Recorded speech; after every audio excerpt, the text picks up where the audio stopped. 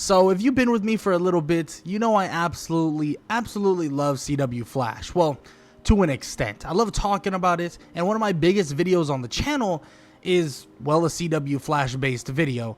And I was kind of rewatching Arrow and CW Flash and just kind of going through different episodes and stuff like that, thinking, I mean, what kind of content do I feel like making? And I was thinking, well, it's something that I really want to talk about, and I've talked about in a more broader spectrum, but I haven't dedicated a full video to both of these characters. And, well, it's why CW Barry Allen, or CW Barry, or CW Flash, and Felicity Smoak were genuinely perfect for each other. Because, frankly, they were. I get it. You have to have Iris West as your endgame, and frankly, I'm not too mad at the fact that Oliver ends up with Felicity, but I genuinely believe if there's a world where we can have a different person end up with Barry Allen, very similar to what happened with Oliver Queen, where Oliver didn't end up with your typical person who we know as Laurel Lance or the Black Canary, if he could actually end up with someone else, well, I feel like Barry should have as well, or definitely could have as well.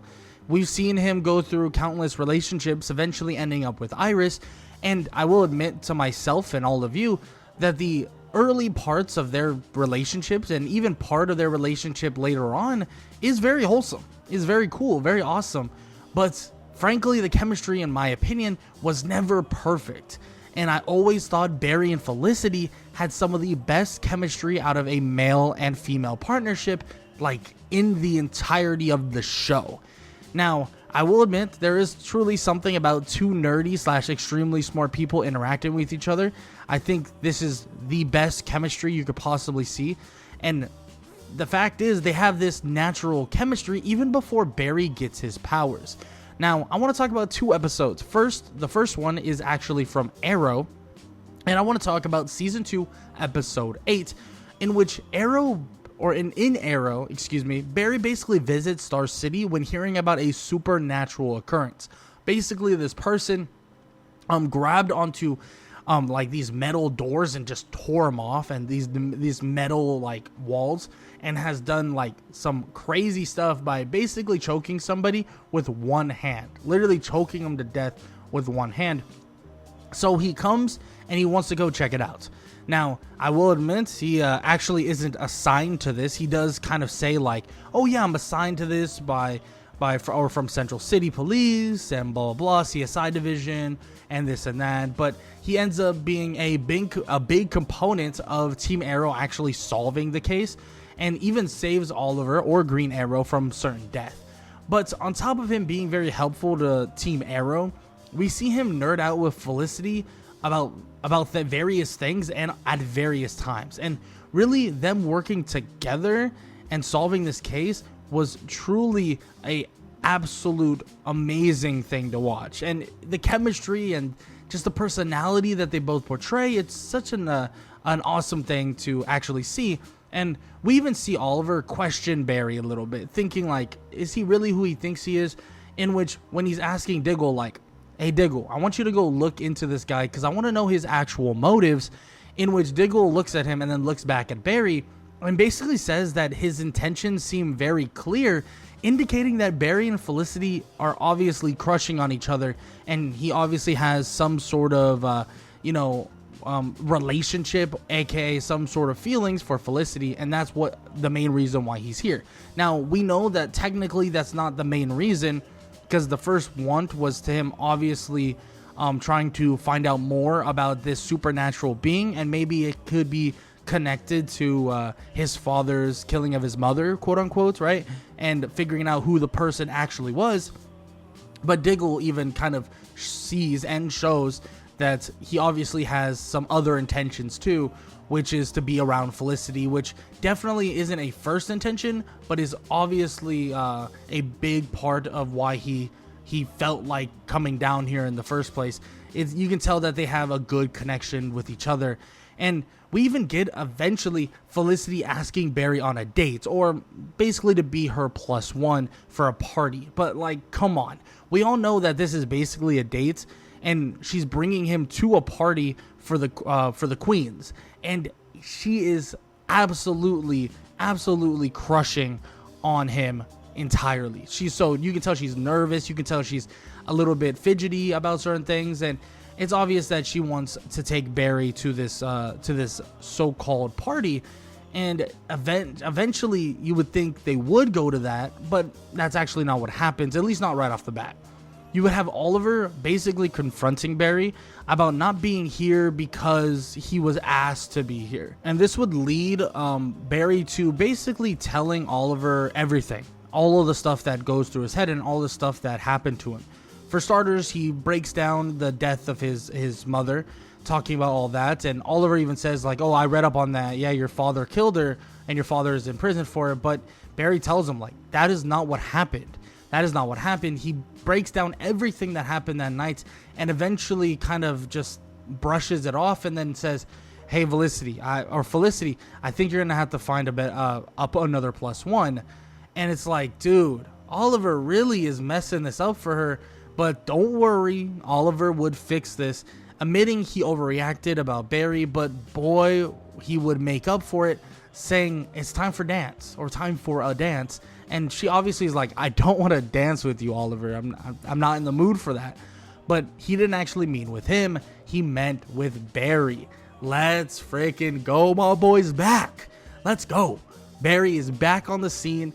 And it's so cute because it's like two nervous people that are like in the beginnings of a relationship. At least that's what it seems like. That is about to really blossom into something better and also something even greater. And it's just super adorable, right? It's super adorable. It's like watching two people that are new to a relationship kind of want to be more romantic and want to be more kind of intertwined, but they don't know how to do it just yet. And that's the same thing with Barry and Felicity. They're both nerdy people that are trying to figure all this stuff out, in which they do eventually. And they have basically a dance where Barry literally says that he can't dance, but he will hold her hands and sway. I don't know why I found that so adorable, but that was absolutely adorable. And eventually they have this a little awkward-ish moment trying to get their hands settled and whatever. But then they start swaying and dancing, and it is a beautiful thing. It's a beautiful thing, man. It is a beautiful thing. And you do have some other scenes that come up, but really you have the end scene where he's talking about basically that he's gonna have to leave because Singh basically called him up and was like, yeah, dude, you got to get back to Central City, blah blah blah, and all this other stuff. And he basically tells her that you could do this, do that, and this is how you're going to find him, basically helping her and the case massively. And she stands there in front of him, still in her dress, still looking obviously fine as hell. I gotta admit, okay, Felicity Smoak is absolutely bad in this, but she basically is still in her dress. You know, they're both right next to each other, right in front of each other, and she's obviously wanting him to kiss her, but he doesn't. He's like, oh, like, bye, Felicity. And it just adds to the awkwardness, and it adds to kind of this adorable person that they really are together. But come on, dude, you had it. It was right there. Like, just do it, man. But don't worry, because we will eventually get there. We will eventually get to that kiss, but just not yet. And this is when we actually transfer over to The Flash. Now, this is where we see Felicity, and don't get me wrong, we do see her in quite a bit of other episodes, from Arrow to The Flash and stuff like that. Both of them together, too. We see it in different episodes, but these are the main two I wanted to talk about.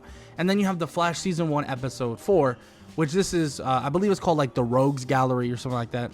And Felicity basically meets him and goes to the park with him.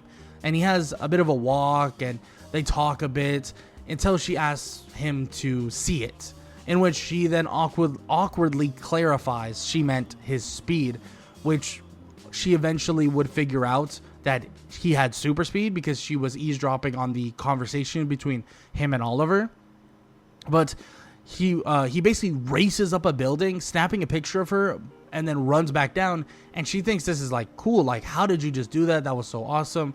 And then realizes that his shoes are smoking. They stomp out her shoes and stuff like that. And she's like, oh my God, like, good. Thank God. Like, that was kind of scary. Like, your shoes were literally on fire.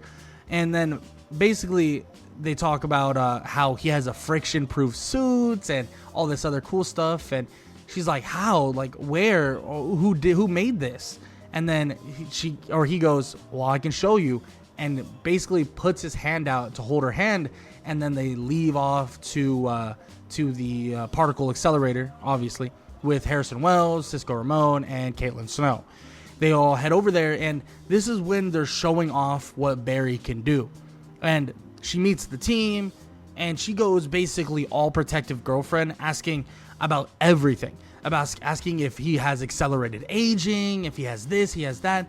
What happens if this happens? What happens if this happens? Which is super cool to watch because Felicity obviously is in love with him, like, or loves him to a certain degree. And even if it isn't in a actual relationship, actual love way, they still obviously care for each other drastically. And we see it in this episode on multiple occasions. But yeah, she does go all protective girlfriend, which is super adorable to see and super, super cute. And well, let's just say she goes from cute to absolute baddie in a matter of a split second because they have a trivia night. And bro, she comes in with the most fire dress you could possibly think of. And Barry is obviously just, in complete shock over the way she looks. I mean, she's absolutely bad.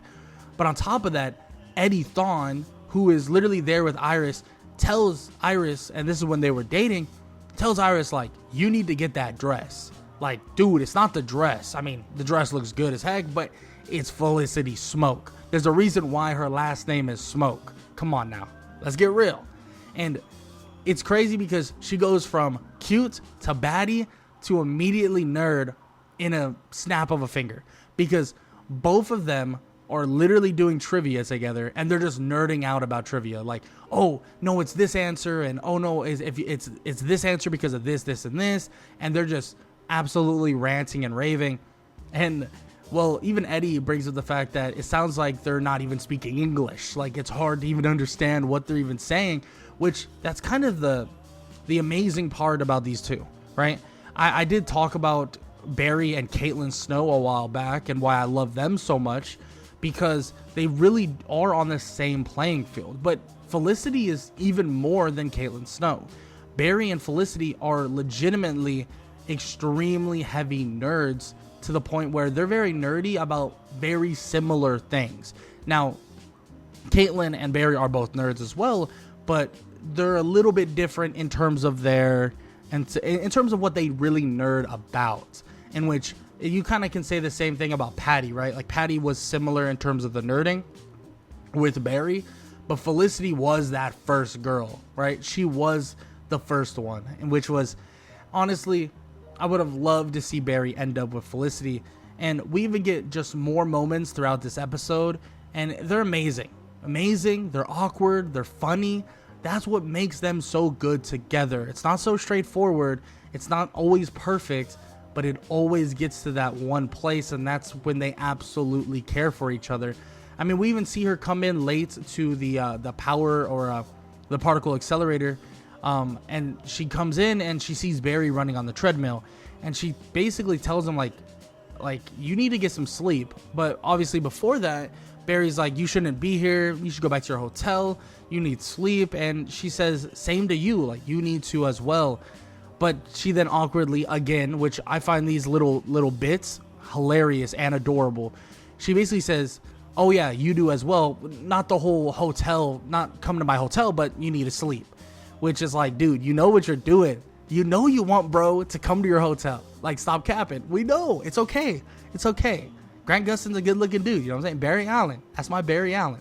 But she basically tells him, like, you need to sleep. You need to relax. You need to take some time. And they're definitely a good, comforting duo. And they just continuously show these moments that are just absolutely amazing between the two of them.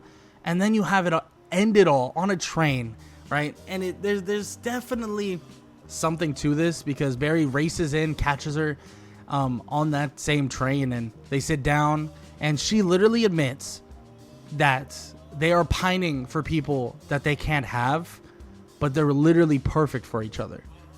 Right now, them right face to face, they are literally perfect for each other. Even Felicity Smoak, even CW, they wrote that. CW wrote that. They knew that Felicity Smoak was perfect for Barry Allen and vice versa, but they didn't pull the trigger, man.